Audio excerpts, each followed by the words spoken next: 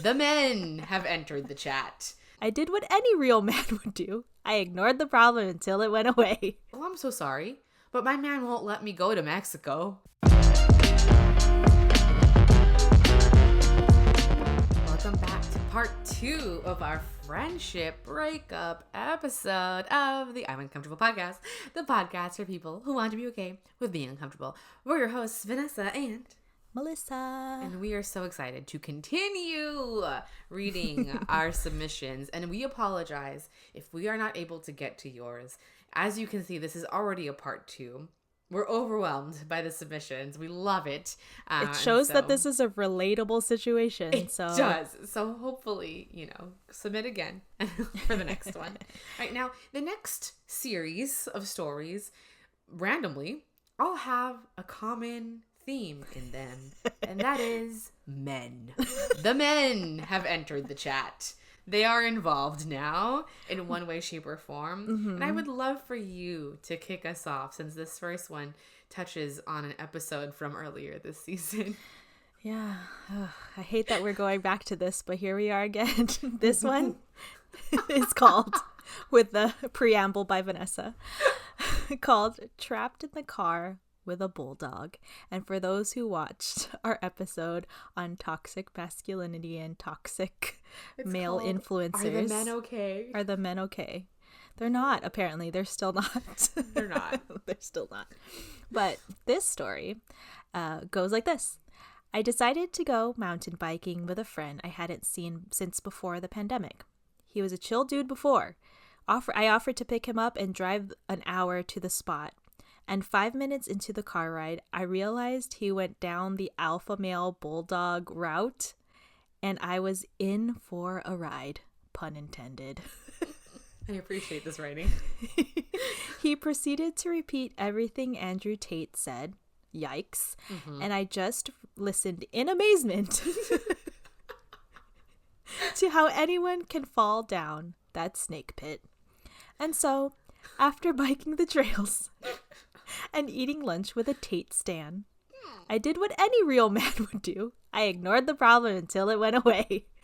AKA, I ghosted him and we don't talk anymore. I cannot with these men. Ignore it till it goes away. If you just ignore it, it'll go away. I mean, at that point, what do you say? And I've been in the situation where someone has said things that, these male influencers have said, and I don't know what to say. And you kind of are just like, this sounds wrong. This isn't right. And sometimes you're in shock. I just imagine that hour-long car ride where he's just like, oh, uh-huh. What even prompted that? I mean, not that the tate-stans need anything to prompt them. No, into they don't. Being misogynistic assholes, but how awkward. And then you're like, okay, I guess I'll also still, go on these trails with you and eat lunch with you and drive. Like, spend a whole ass day when you realize 5 minutes into the trip that you're like, uh-oh, can't go back. I mean, you could literally make a U-turn and drop his ass back home. But the thing is, you don't know if that first comment's a one-off. Yeah, right. That's and then true. It keeps going. You need to gather data. You're right. Maybe you've got a point, or maybe something's happening to you, and then maybe you phrased it weirdly. Maybe just yeah, and then all of a sudden you're an hour in, and who used to be a chill guy pre-pandemic is now a tate-stan. The pandemic teaches people many things, apparently. Clearly, sometimes not such great things. But is the next story by the same author, Melissa? Because it sure is. We got 2 for 1 in this submission. Let's go. Zero Tolerance, this one is called. This one's called Zero Tolerance. Mm-hmm. And it starts literally like this. Oh, and another dude that I knew abused his girlfriend. So we exiled him, and anyone that came up to defend him or said, hear him out. There's 2 sides of the story. Blah, blah, blah. So they exiled the abuser and anyone who was like, but wait, like a sympathizer with the abuser? Okay, I cannot. There is no 2 sides to abuse. There is no hear him out. Mm-hmm. I don't care what the other person has done. Our response is not to abuse them. That's not it. No. Full stop. Abuse? Stop. Oh, let's not tolerate that. Yeah. Well, kudos to... I know we talked about a story in part 1 where there is a person that the whole rest of the group exiled them. Yes. And it seems like in this situation, I fully it's support warranted. the exile. I fully support the exile. There is no, absolutely not. So in this one, the men are the heroes. We love that for them. We love that one. Heroes and the villains. He should have left the other guy at the trail. Honestly. Yeah, he drove, right? Yeah, he drove. Oopsie. Take an He Uber. should have been like, hey, yo, how about you call your homie Andrew to come pick you up? Seems like you love him so much. Get him on the phone.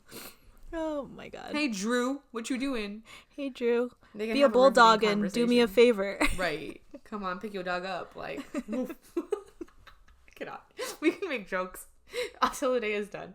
But this next story, in this one, boys are the villain again, because this one is called Boys Ruin Everything. Oh, great. It starts... We get the full spectrum today. It starts... She did this to me twice. The first, and I'm joking when I say it's the boy's fault. It's I will put ownership on the friend. So the first time I invited my friend to go to Hawaii, and we booked our flight, and then we had a friendship breakup because she kept talking about her man. Oh my man, and started to ignore me. After that, we rekindled the friendship. She did it again. We booked our flight for Tulum because she wanted to go to Tulum for her birthday. That's, first of all, to rekindle and then be like, yo, let's go on a trip. Like, that's a, wow. What 0 to 100? Like 0 to 100. Yeah.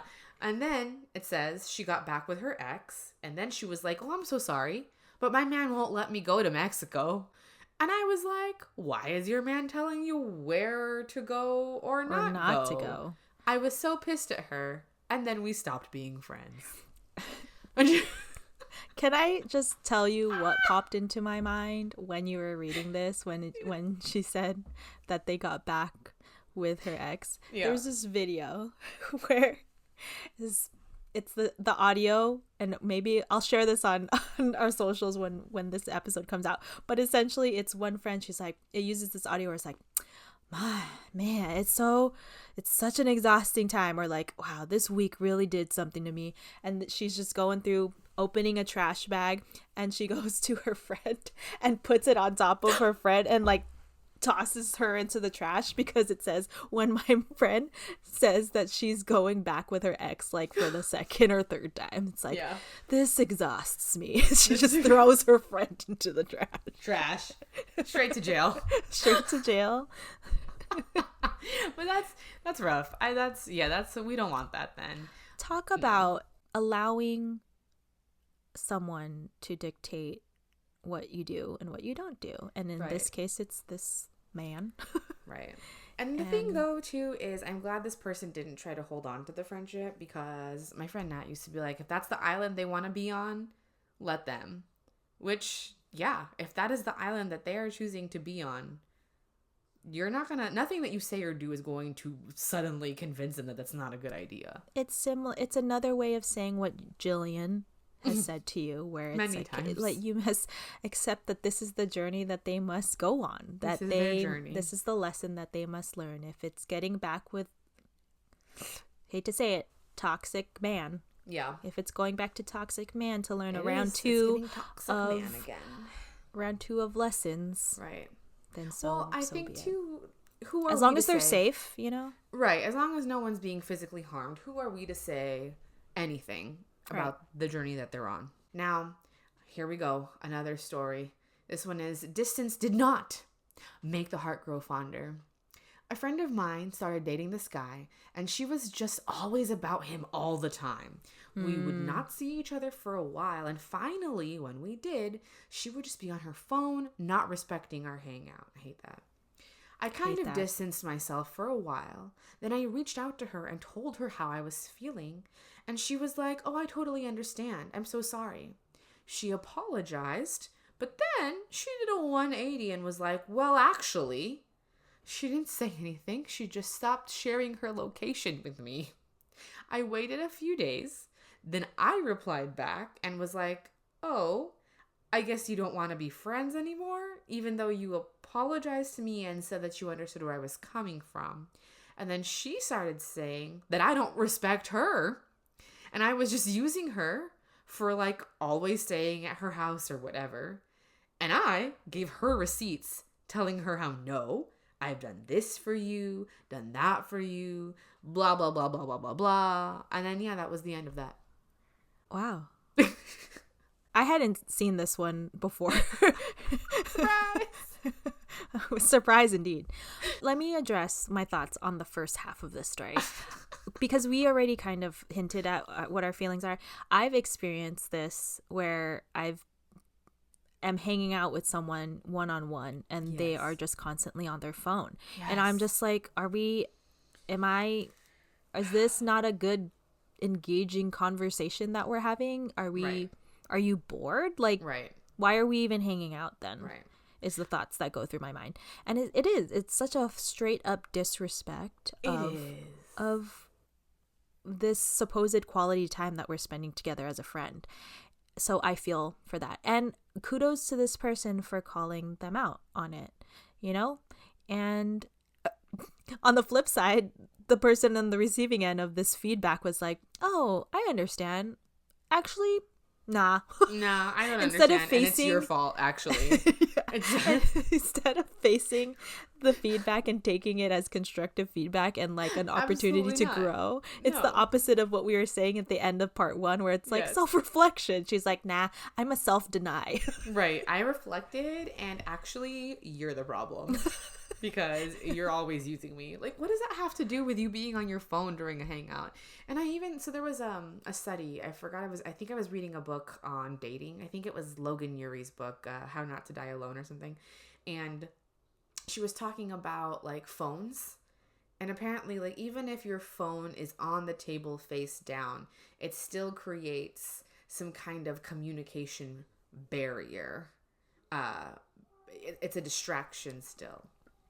It's still like a visual distraction of an opportunity for a distraction. Correct.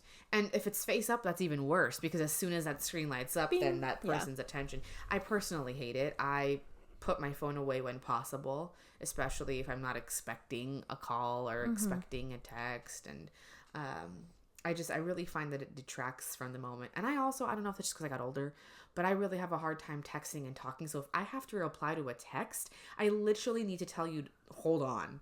Yeah. Like, give me a moment, because I can't do both. It's too hard for me.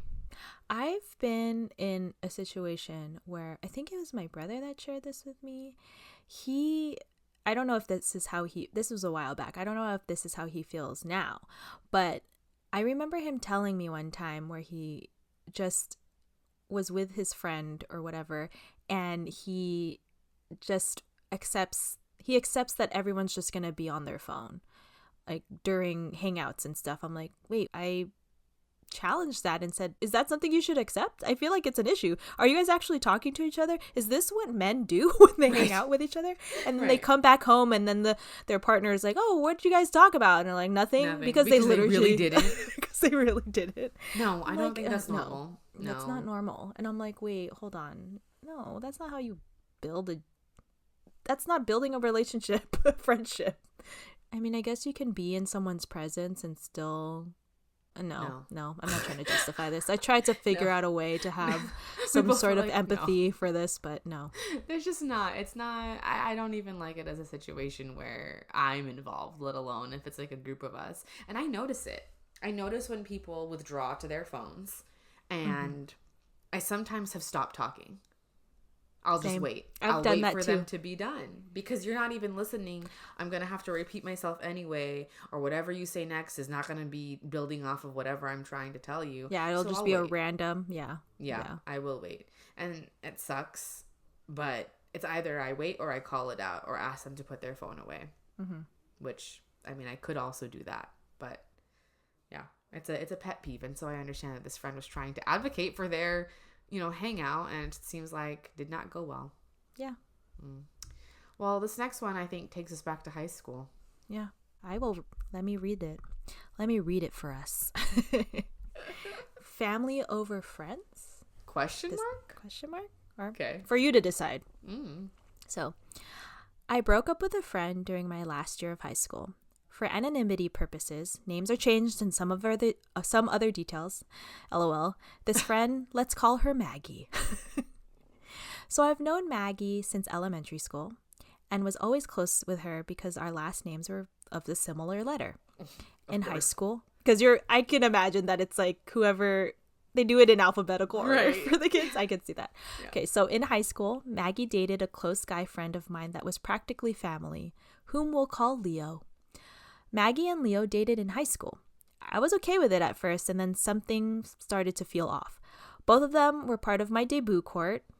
Filipino, for anyone who is not Filipino listening, it's like the 18th sweet 16th birthday, but for 18th birthdays for in Filipino culture. Filipino quince. Yeah, Filipino quince. Mm-hmm. So both of them were part of my debut court, but then Maggie broke up with Leo. So I told Maggie that she was off of my court. Ooh, the drama. The reason I told her she was off of my court was because I wanted my sister on my court. Oh, but in reality, I was closer with Leo and had his back, so I wanted her off my court to protect him. This all spiraled into eventually losing contact with her. I do wonder if she's okay, though, because I know she was going through some stuff while I was in college. Oh. So we got rid of the girlfriend. I feel like there's missing context here. Was Leo mad? I know it says that Maggie broke up with Leo. Is that true, or was it mutual? Were we never really friends with Maggie and we're only including him because of Leo? I know who submitted this. And the context that I will provide from my perspective is that it wasn't mutual. Oh. It wasn't a mutual breakup. Okay. Yeah. So there was awkward tension. It is so hard to have awkward tension in a debut court when it's already tense. It's already you practice every week. You see them all the time. Much time together. No. That's tough though. Like, and then the idea of kind of saving her feelings by saying, "Well, I actually want my sister to be in my court." Versus First of all, why was your sister not originally in this court? That's the question that I had when I read. I mean, convenient, right? But okay, whatever. Yeah, that's rough. I guess it's like you gotta pick your friend. That's why this is friend. Mm-hmm. That's why it says family over friends ? This is a interesting one because it's tough. It really is. You have to choose. You do have to choose. Like, would you, in that situation, just keep them both in there? I know. I'm thinking of my own debut court. Like, think of what you had to do for your debut court. Like, if something like that happened. Tell a girl to stop flirting with a guy even though she had a boyfriend. That was one of those. That is something that actually happened for you. But can you please come inside instead of standing outside flirting with the boys when you literally have a boyfriend, and stop complaining about him on your drive home with a guy who clearly has a crush on you? Thanks. Oh my God, I forgot all about that. And yet it came back to your brain so fast. Immediately. I don't even know where that girl is anymore. I don't talk to her. We're not friends. It just faded out. She was another one that like wouldn't put in effort. After I kind of moved away, my mom pointed it out to me. She was like, you keep being the one to make the plans to go see this person. What happens if you don't? And I was like, okay, let's fuck around and find out. And I found out. That she was like, all right, well, see ya. She was kind of like the other girl. Well, fine. Right. Like, doesn't care, didn't notice. This is why I did not have a court for my debut. Smart girl. Just the performance, just the dance. Just the dance with the girls, But you know what? The more that we've talked about this, the more I'm like, you know what? Yeah, I feel like let's get Maggie out the court. She wasn't really making the vibe great. Mm-hmm. They broke up. You're closer to Leo. I'm assuming this person is still friends with Leo? Yes. Okay, well then, yeah, right? So that helps. Perspective. Time. Yeah, that's tricky, though. It's hard, though. Imagine doing this at like as a 17 or 18-year-old. Oh, like having to do, Yeah, I can barely do it now, and I'm a full 32. Like, your frontal lobe's not developed at all. Mature? No. Oh, God. So I respect people who can set boundaries and who can, at a young age, can advocate for their needs in a respectful way. I'm like, wow, good for you. Proud of you. And this last part, it's like, I do wonder if she's okay because I know she was going through some stuff. Right. While in college. The empathy. Yeah. Okay, at first I was like, but I've completely turned around on this one. I guess it's like putting ourselves in in those shoes Yeah. at that age, in that time frame, in that situation. Yeah. Okay. Yeah. All right, so those are all the stories involving men. At least ones that like prominently are affected by men. Written by or about. Yeah. And all uncomfortable, but I think the big takeaway here, just like in the first episode, is like it can be uncomfortable to have to let a person go, and whether you choose to do the what's it called, quote unquote manly thing and ignore the problem until it goes away, or just straight up be like, nah, we're not friends anymore. Like, it's equally hard. I don't think anyone is actually easier than the other. Yeah. I think what I've learned through both parts of this conversation is that all of it is the uncomfortable thing to do. Whether you choose to make the effort and try to fix things, whether you're the one receiving that criticism, whether you're the part of a group that's like zero tolerance and cutting a person off, or on the other side of it being the person that's cut off, it's all just so messy, and complicated, and it's a common experience. It is. And it's hard to both give and receive feedback, right? Like, to be on the receiving end and to have to think, ooh, what have I done? Could I be better? Is it me? Am I the problem? And I think that's, I mean, I'm joking in the sense that it's very black and white. Like, no one is usually no one is 100% the problem, right? Usually. And so in those situations too, when you're receiving feedback, besides looking in on yourself, it's also thinking, okay, can I deal with the other person's expectations? Whatever's important to them, or whatever they think friendship. Like, okay, for example, the phone one, right? Like, this seems like a small example, but let's say that I come to you and I'm like, hey, I really feel disconnected when you look at your phone while we're hanging out, like you're doing right now. And then depending on the other person's kind of reaction to that feedback, if they're like, well, I don't want to put my phone down, if that's weird for them, you're stuck with a choice, right? Like, you did the thing, you gave the feedback. Now what? It's the question mark of how are they going to react, or how am I going to react? That's the uncomfortable, scary part. Yeah. And I actually have a specific story of that actually happening and me witnessing it in live time, where it didn't even involve me. Really? I was just there to witness it. One friend was confronting another friend. We were on a trip, like we were in a different state. We were having a nice time, and then all of a sudden, and I did notice this about this person, always on their phone. Tweeting, when tweeting was like I guess I don't know if it's still a big thing, but tweeting, texting, whatever, just on their phone throughout this whole trip. And it's this whole trip that's supposed to be like a birthday trip for someone, I think. Yeah, it was someone's birthday trip. Was it the birthday celebrant that got pissed? I would do.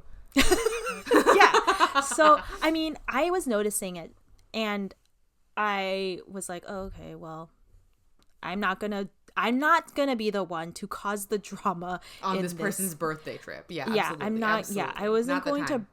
Not the time. No. And so we were all just hanging out. I think we were back at the Airbnb, and then all of a sudden, I think we were getting ready to go out, and all of a sudden, the birthday celebrant was just like, had it, and just like spilled it all out, called her out, and we were just like, me and the other girl were like, wait, hold on, wait, what's going on? And there were tears, and there was a long conversation about like valuing friendship and like all this stuff. Just and get I was off just the like, fucking phone. I was just like, wait. And to be fair, the person that was receiving the feedback was very much listening. Okay. And the birthday celebrant, the one that was calling her out on it, was apparently holding on to this for a very long time, because it was like a waterfall, of like word vomit in terms of all the feels that she had about this. And I was like, And me and the other girl that were there were just like, It's rubbing the backs of both of them, or like, you know, like big so support. funny. And I was just like, wait, hold on. Like, and then it was like presented in a way where I was like, I like interjected at one point, and I remember I was like, wait, are you calling out all of us, or like I just want to know, am I in trouble too, or? Because I felt like, because at first when it was happening, I was like, wait, what did we do wrong? Like, what happened? And then I was like, oh, but I need to clarify for my own sake. Before you continue, I know you're upset. I just have one question. Is it me also, or? Because I need to know if it's me also, so that That's I can true, that's look, true. can self-reflect and listen, you know? But yeah, that story just came to mind. I just totally That's so forgot that funny. had happened, but crazy. Yeah, Are they it's still a big friends? issue. They are.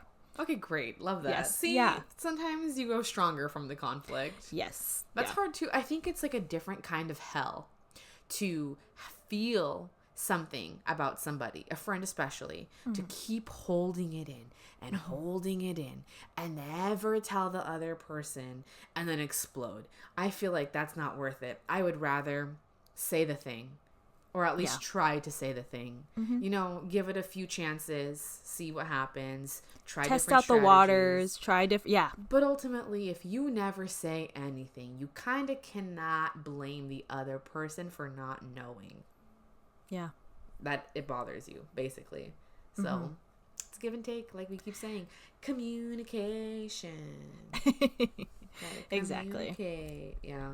It's such a stereotype, or like such a easy thing to say, where cliche. Yeah, that's what I should say. It's a cliche. But it's true. That's the reason why it is. Right. And the truth is always somewhere in the middle between both people's versions of reality. It's always somewhere in the middle. And that's why you have to talk about it. Because if you don't, you're only existing, and you can only assume so much, whether you're assuming the best or the worst. You can only assume to a certain point until you know. But we hope you enjoyed all these stories. Thank you so much to everyone who submitted, and we're so sorry that we couldn't get to everybody's. But we'll definitely do more user submission stories in the future. This is great.